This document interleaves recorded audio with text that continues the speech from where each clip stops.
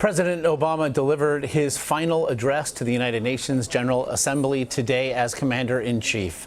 In doing so, he made the case for globalization while also acknowledging a course correction of a sort is needed to address inequalities that have given rise to dangerous worldviews. He then went on to take a rather thinly veiled shot at a rather familiar foe of late. Alternative visions of the world have pressed forward, both in the wealthiest countries and in the poorest. Religious fundamentalism, the politics of ethnicity or tribe or sect, aggressive nationalism, a crude populism, sometimes from the far left but more often from the far right, which seeks to restore what they believe was a better, simpler age free of outside contamination. We cannot dismiss these visions. They are powerful. They reflect dissatisfaction among too many of our citizens.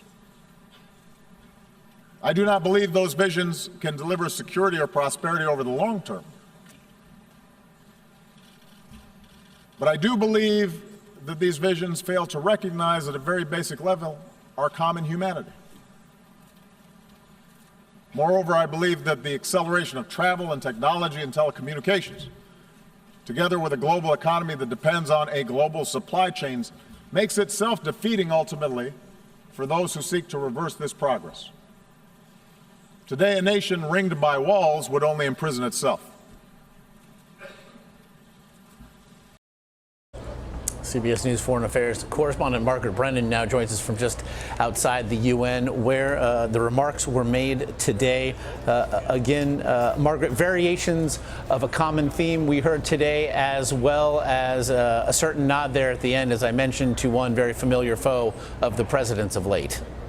Yes, this wasn't a highly spirited argument in defense of moral responsibility of the U.S. to act around the world. This instead was President Obama's vision of what needs to be a global order. And that reference specifically to a wall, as you rightly point out, harkens to the U.S. 2016 presidential campaign and Donald Trump's call to build a wall with Mexico.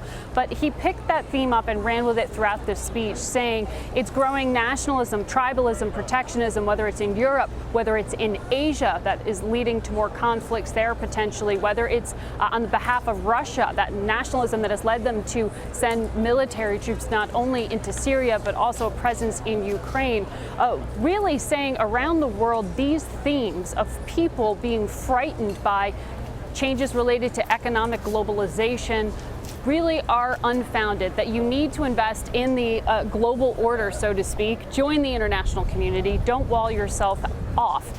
The president went so far as to say, mosquitoes, listen, they don't know walls, saying, look, if you want to defeat the Zika virus, you can't build a wall around yourself. You need to be able to have a global response. So this was in many ways a to-do list for the next president, but also President Obama reiterating not only his worldview, but one he hopes more leaders take on, because there is increasing concern about right-wing nationalist parties coming to power in Europe, in China, and he also, of course, mentioned the most extreme version of that kind of tribalism in terms of terrorism.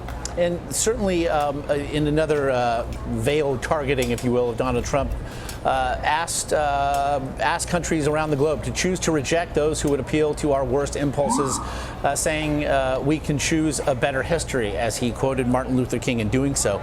Interestingly, though, of course, this also plays as context to his agenda later today. Of course, he will be leading a summit with regard to the Syrian refugee crisis. You mentioned lining up Russia in his crosshairs, saying that the country is looking to reclaim lost glory by force. How then, as he spoke to these mindsets of extremism, how will that inform what he looks to get done later today?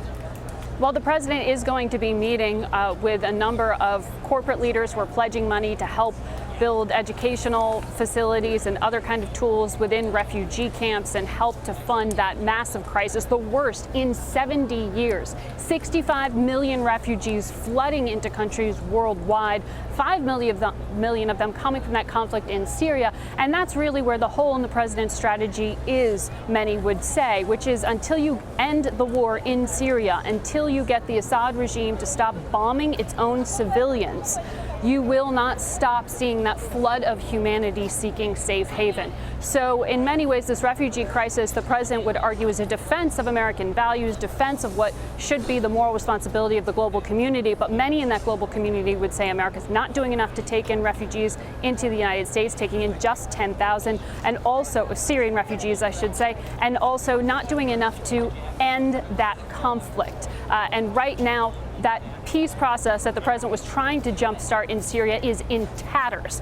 Secretary of State John Kerry has been negotiating here in New York virtually all day to try to get this ceasefire back on track.